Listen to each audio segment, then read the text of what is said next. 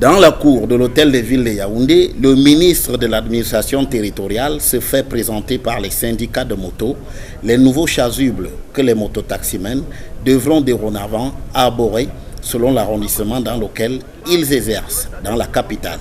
Cet exercice est intervenu après la déclaration de Paul Atangandji lançant une opération d'assainissement dans le secteur des motos et des conducteurs de camions de sable. Plus de 700 cas d'agression, 200 cas de viol, 110 cas de détournement d'itinéraire et 930 cas d'accidents graves ont été signalés au cours des seuls mois d'août et septembre 2023. Ainsi, d'après Paul Atangandji, le temps est venu de mettre un terme aux dérives observées. Il sera dorénavant exigé aux mototaximens la carte nationale d'identité, le permis A, le chasuble numéroté et l'immatriculation de la moto.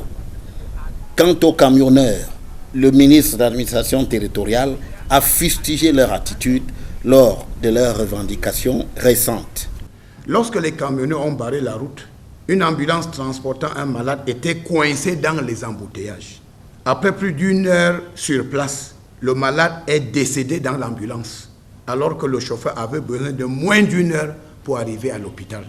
À tous ces acteurs, Paul Atangandji a brandi la menace d'une répression féroce. Le maintien de l'ordre, c'est le moulinex. Lorsqu'on met les arachides, le njang sans lait dans le moulinex, c'est la pâte qui en sort. C'est un avertissement sévère contre les agresseurs et les bandits de grand chemin. D'après les indications du ministre de l'administration territoriale, les mototaximens à Yaoundé ont jusqu'au 30 octobre prochain pour se mettre en règle.